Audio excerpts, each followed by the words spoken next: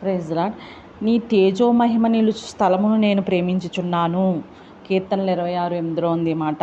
ఆయన ఆలయంలో ఉన్నవన్నీ ఆయనకు ప్రభావం అనుచున్నవి. కీర్తనలు 28:9 ఉంది మాట. మరి మనము ఏంటంటే ఆయన తేజోమహిమను నిలుచు స్థలాన్ని మనం ప్రేమించాలి. ఆయన తేజోమహిమ నిలుచు స్థలము మరి ఆ యొక్క ఇశ్రాయేలీయులందరూ దాటిపోతున్న యొర్దాను నది దాటినప్పుడు చక్కగా మేఘస్తంభము మరి కావలిగా ఉన్నది. అగ్నిస్తంభం పగలైతే మరి మేఘస్తంభం, రాత్రి అగ్నిస్తంభం కావలిగా ఉండి వాళ్ళని నడిపించిన ఆ మహిమ, ఆ తేజోమహిమ నిలుచు స్థలాన్ని మనము ప్రేమించాలి. మరి అలాగే ఆయన ఆలయంలో ఉన్నవన్నీ కూడా ఆయనకు ప్రభావం పలుకుతున్నవి.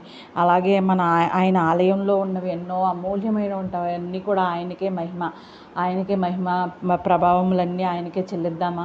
మరి మనం కూడా ఇలాగా ఆయన తేజోమహిమ నిలుచు స్థలంలో ప్రతివారం వెళ్ళి మన కోరికలను ఏమైతే ఉన్నాయో మన